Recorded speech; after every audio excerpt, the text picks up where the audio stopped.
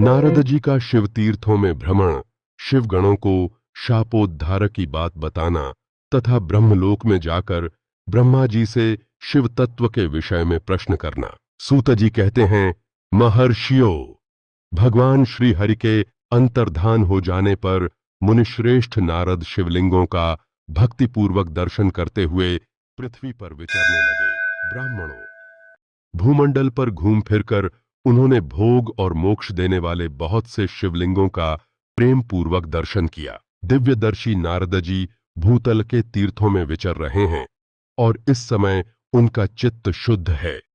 यह जानकर वे दोनों शिवगण उनके पास गए। वे उनके दिए हुए शाप से उद्धार की इच्छा रखकर वहां गए थे। उन्होंने आदर पूर्वक मुनि के दोनों पैर पकड़ लिए और मस्तक झुकाकर भली भांति प्रणाम करके शीघ्र ही इस प्रकार कहा। शिवगण बोले, ब्राह्मण, हम दोनों शिव के गण हैं। मुने, हमने ही आपका अपराध किया है। राजकुमारी श्रीमती के स्वयंवर में आपका चित्त माया से मोहित हो रहा था। उस समय परमेश्वर की प्रेरणा से आपने हम दोनों को शाप दे दिया। वहां कुसुमय जानकर हमने चुप रह जाना ही अपनी जीवन रक्षा का उपाय समझा। इसमें किसी का दोष नहीं है, हमें अपने कर्म का ही फल प्राप्त हुआ है। प्रभो, अब आप प्रसन्न होइए और हम दोनों पर अनुग्रह कीजिए। नारद जी ने कहा, आप दोनों महादेव जी के गण हैं और सत्पुरुषों के लिए परम सम्माननीय हैं। अतः मेरे मोह रहित एवं सुखदायक यथार्थ वचन को सुनिए। पहले निश्चय ही मेरी बुद्धि भ्रष्ट हो गई थी, बिगड़ गई थी, बौद्ध पर्व था, वशीभूत हो गया था। इसीलिए आप दोनों को मैंने शाप दे दिया। शिवगणों, मैंने जो कुछ कहा है वह वैसा ही होगा, तथापि मेरी बात सुनिए। मैं आपके लिए शापोद्धार की बात बता रहा हूं। आप लोग आज मेरे अपराध को क्षमा कर दें। मुनिवर विश्रवा के वीर्य से जन्म ग्रहण करके आप संपूर्ण दिशाओं में प्रसिद्ध कुंभकर्ण रावण राक्षस राज का पद प्राप्त करेंगे और बलवान, वैभव से युक्त तथा परम प्रतापी होंगे। समस्त ब्रह्मांड के राजा होकर शिव भक्त एवं जितेंद्रिय होंगे और शिव के ही दूसरे स्वरूप श्री विष्णु के हाथों मृत्यु पाकर फिर अपने पद पर प्रतिष्ठित हो जाएंगे। सूत जी कहते हैं, महर्षियों, महात्मा नारद मुनि की यह बात सुनकर वे दोनों प्रसन्न हो सानंद अपने स्थान को लौट गए। श्री नारद जी भी अत्यंत आनंदित हो अनन्य भाव से भगवान शिव का ध्यान तथा शिव तीर्थों का दर्शन करते हुए बारंबार भूमंडल में विचरने लगे। अंत में वे सबके ऊपर विराजमान शिव प्रिया काशीपुरी में गए, जो शिव स्वरूपिणी एवं शिव को सुख देने वाली है। काशीपुरी का दर्शन करके नारद जी कृतार्थ हो गए। उन्होंने भगवान काशीनाथ का दर्शन किया और परम प्रेम एवं परमानंद से युक्त हो उनकी पूजा की। काशी का सानंद सेवन करके वे मुनिश्रेष्ठ कृतार्थता का अनुभव करने लगे और प्रेम से विह्वल हो उसका नमन, वर्णन तथा स्मरण करते हुए ब्रह्मलोक को गए। निरंतर शिव का स्मरण करने से उनकी बुद्धि शुद्ध हो गई थी। वहां पहुंचकर शिव तत्व का विशेष रूप से ज्ञान प्राप्त करने की इच्छा से नारद जी ने ब्रह्मा जी को भक्तिपूर्वक नमस्कार किया और नाना प्रकार के स्तोत्रों द्वारा उनकी स्तुति करके उनसे शिव तत्व के विषय में पूछा। उस समय नारद जी का हृदय भगवान शंकर के प्रति भक्ति भावना से परिपूर्ण था। नारद जी बोले, ब्राह्मण, परब्रह्म परमात्मा के स्वरूप को जानने वाले पितामह जगत प्रभो, आपके कृपा प्रसाद से मैंने भगवान विष्णु के उत्तम माहात्म्य का पूर्णतया ज्ञान प्राप्त किया है। भक्ति मार्ग, ज्ञान मार्ग, अत्यंत दुस्तर तपो मार्ग, दान मार्ग तथा तीर्थ मार्ग का भी वर्णन सुना है, परंतु शिव तत्व का ज्ञान मुझे अभी तक नहीं हुआ है। मैं भगवान शंकर की पूजा विधि को भी नहीं जानता। अतः प्रभो, आप क्रमशः इन विषयों को तथा भगवान शिव के विविध चरित्रों को तथा उनके स्वरूप तत्व, प्राकट्य, विवाह, गार्हस्थ्य धर्म सब मुझे बताइए। निष्पाप पितामह, ये सब बातें तथा और भी जो आवश्यक बातें हों, उन सब का आपको वर्णन करना चाहिए। प्रजानाथ, शिव और शिवा के आविर्भाव एवं विवाह का प्रसंग विशेष रूप से कहिए तथा कार्तिकेय के जन्म की कथा भी मुझे सुनाइए। प्रभु, पहले बहुत लोगों से मैंने ये बातें सुनी हैं, किंतु तृप्त नहीं हो सका हूं, इसीलिए आपकी शरण में आया हूं। आप मुझ पर कृपा कीजिए। अपने पुत्र नारद की यह बात सुनकर लोक पितामह ब्रह्मा वहां इस प्रकार महाप्रलय काल में केवल सद्ब्रह्म की सत्ता का प्रतिपादन उस निर्गुण निराकार ब्रह्म से ईश्वर मूर्ति सदाशिव का प्राकट्य, सदाशिव द्वारा स्वरूप भूता शक्ति अंबिका का प्रकटीकरण, उन दोनों के द्वारा उत्तम क्षेत्र काशी या आनंदवन का प्रादुर्भाव, शिव के वामांग से परम पुरुष विष्णु का आविर्भाव तथा उनके सकाश से प्राकृत तत्वों की क्रमशः उत्पत्ति का वर्णन ब्रह्मा जी ने कहा। ब्रह्मण, देव शिरोमणे, तुम सदा समस्त जगत के उपकार में ही लगे रहते हो।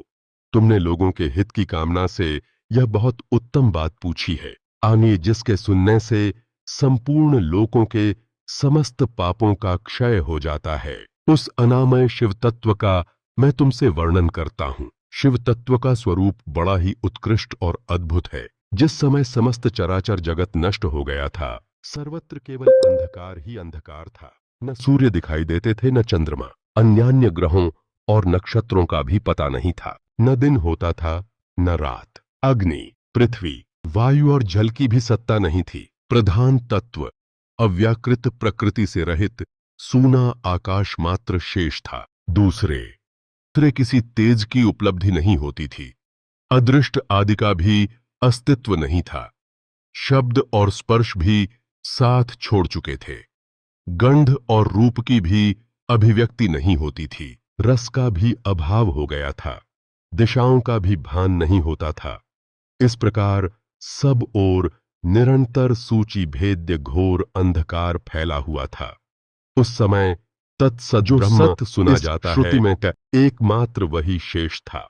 जब यह वह ऐसा जो इत्यादि रूप से निर्दिष्ट होने वाला भावात्मक जगत नहीं था, उस समय एकमात्र वह सत्य ही शेष था, जिसे योगीजन अपने हृदयाकाश के भीतर निरंतर देखते हैं। वह सत्तत्व मन का विषय नहीं है। वाणी की भी वहां तक कभी पहुंच नहीं होती। वह नाम तथा रूप रंग में भी शून्य है।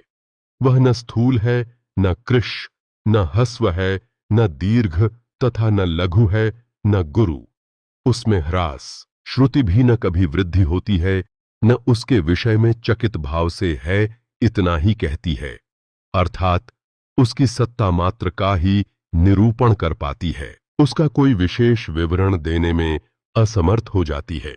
वह सत्य, ज्ञान स्वरूप, अनंत, परमानंदमय, परम ज्योति स्वरूप, अप्रमेय, आधार रहित, निर्विकार, निराकार, निर्गुण, योगिगम्य, सर्वव्यापी, सबका एकमात्र कारण, निर्विकल्प, निरारंभ, माया शून्य, उपद्रहित, अद्वितीय, अनादि, अनंत, संकोच विकास से शून्य तथा चिन्मय है, जिस पर ब्रह्म के विषय में ज्ञान और अज्ञान से पूर्ण उक्तियों द्वारा इस प्रकार ऊपर बताए अनुसार विकल्प किए जाते हैं। उसने कुछ काल के बाद सृष्टि का समय आने पर द्वितीय की इच्छा प्रकट की। उसके भीतर एक से अनेक होने का संकल्प उदित हुआ। तब उस निराकार परमात्मा ने अपनी लीला शक्ति से अपने लिए मूर्ति, आकार की कल्पना की।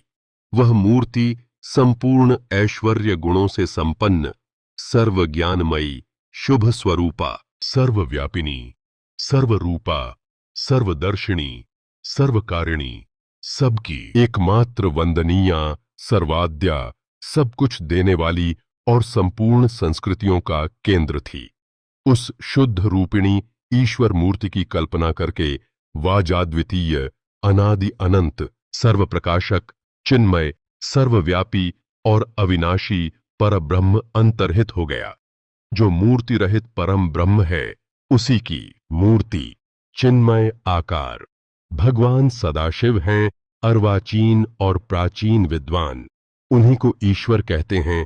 उस समय एकाकी रहकर स्वेच्छानुसार विहार करने वाले उन सदाशिव ने अपने विग्रह से स्वयं ही एक स्वरूप भूता शक्ति की सृष्टि की, जो उनके अपने श्रीअंग से कभी अलग होने वाली नहीं थी। उस पराशक्ति को प्रधान, प्रकृति, गुणवती, माया, बुद्धि तत्व की जननी तथा विकार रहित बताया गया है। वह शक्ति अंबिका कही गई है। उसी को प्रकृति, सर्वेश्वरी, त्रिदेव जननी, नित्या और मूल कारण भी कहते हैं। सदाशिव द्वारा प्रकट की गई उस शक्ति के 8 भुजाएं हैं। उस शुभ लक्षणा देवी के मुख की शोभा विचित्र है। वह अकेली ही अपने मुखमंडल में सदा एक सहस्त्र चंद्रमाओं की कांति धारण करती है। नाना प्रकार के आभूषण उसके श्रीअंगों की शोभा बढ़ाते हैं। वह देवी नाना प्रकार की गतियों से संपन्न है और अनेक प्रकार के अस्त्र शस्त्र धारण करती है। उसके खुले हुए नेत्र खिले हुए कमल के समान जान पड़ते हैं। वह अचिंत्य तेज से जगमगाती है। वह सबकी योनि है और सदा उद्यमशील रहती है। एकाकिनी होने पर भी वह माया संयोगवशात अनेक हो जाती है। वे जो सदाशिव हैं उन्हें परम पुरुष, ईश्वर, शिव, शंभु और महेश्वर कहते हैं।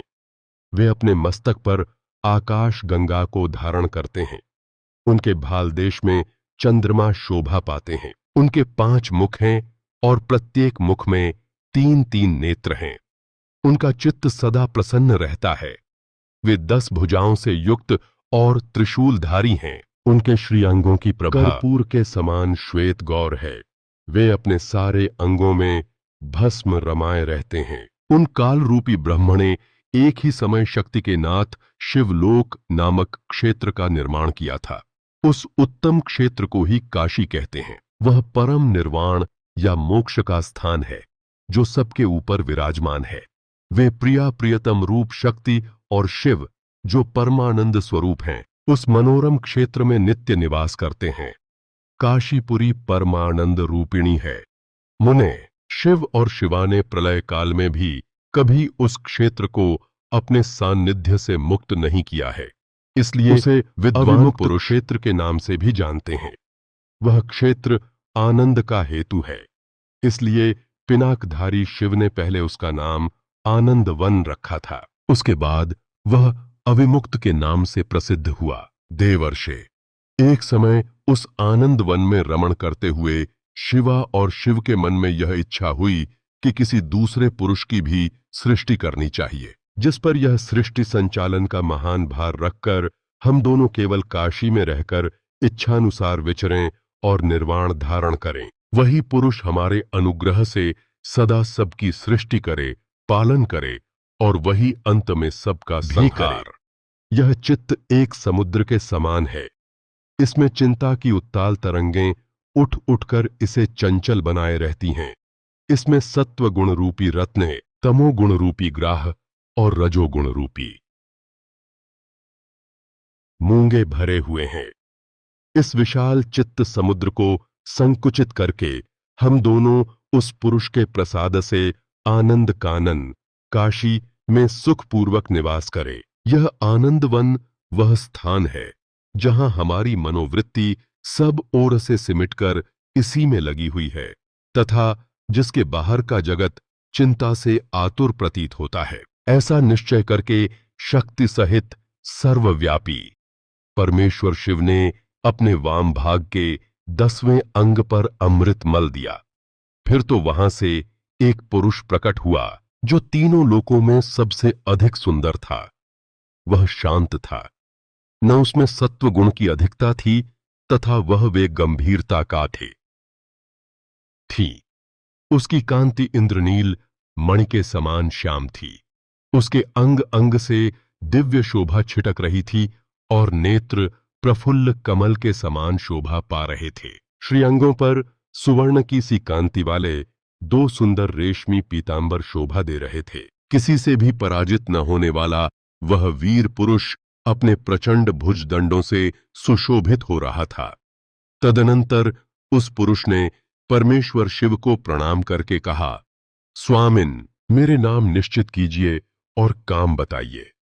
उस पुरुष की यह बात सुनकर महेश्वर ने, भगवान शंकर हंसते हुए मेघ के समान गंभीर वाणी में उससे बोले। शिव ने कहा, वत्स, व्यापक होने के कारण तुम्हारा विष्णु नाम विख्यात हुआ। इसके सिवा और भी बहुत से नाम होंगे जो भक्तों को सुख देने वाले होंगे। तुम सुस्थिर उत्तम तप करोगे, क्योंकि वही समस्त कार्यों का साधन है। ऐसा कहकर भगवान शिव ने श्वास मार्ग से श्री विष्णु को वेदों का ज्ञान प्रदान किया। तदनंतर अपनी महिमा से कभी च्युत न होने वाले श्री हरि भगवान शिव को प्रणाम करके बड़ी भारी तपस्या करने लगे और शक्ति सहित परमेश्वर शिव भी पार्षद गणों के साथ वहां से अदृश्य हो गए। भगवान विष्णु ने सुदीर्घ काल तक बड़ी कठोर तपस्या की। तपस्या के परिश्रम से युक्त भगवान विष्णु के अंगों से नाना प्रकार की जलधाराएं निकलने लगीं। यह सब भगवान शिव की माया से ही संभव हुआ। महामुने, उस जल से सारा सूना आकाश व्याप्त हो गया। वह ब्रह्मरूप जल अपने स्पर्श मात्र से सब पापों का नाश करने वाला सिद्ध हुआ। उस समय थके हुए परम पुरुष विष्णु ने स्वयं उस जल में शयन किया। वे दीर्घ काल तक बड़ी प्रसन्नता के साथ उसमें रहे। नार अर्थात जल में शयन करने के कारण ही उनका नारायण यह श्रुति सम्मत नाम प्रसिद्ध हुआ। उस समय उन परम पुरुष नारायण के सिवा दूसरी कोई प्राकृत वस्तु नहीं थी। उसके बाद ही उन महात्मा नारायण देव से यथा समय सभी तत्व प्रकट हुए। महामते, विद्वन, मैं उन तत्वों की उत्पत्ति का प्रकार बता रहा हूं। सुनो। प्रकृति से महत्तत्व प्रकट हुआ और महत्तत्व से तीनों गुण। इन गुणों के भेद से ही त्रिविध अहंकार की उत्पत्ति हुई। अहंकार से 5 तन्मात्राएं हुईं और उन तन्मात्राओं से 5 भूत प्रकट हुए। उसी समय ज्ञानेंद्रियों और कर्मेंद्रियों का भी प्रादुर्भाव हुआ। मुनिश्रेष्ठ, इस प्रकार मैंने तुम्हें तत्वों की संख्या बताई है। इनमें से पुरुष को छोड़कर शेष सारे तत्व प्रकृति से प्रकट हुए हैं, इसलिए सब के सब जड़ हैं। तत्वों की संख्या 24 है। उस समय एकाकार हुए 24 तत्वों को ग्रहण करके वे परम पुरुष नारायण भगवान शिव की इच्छा से ब्रह्मरूप जल में सो गए। और धार्मिक वीडियो देखने के लिए चैनल को सब्सक्राइब करें, वीडियो को लाइक शेयर करें। धन्यवाद।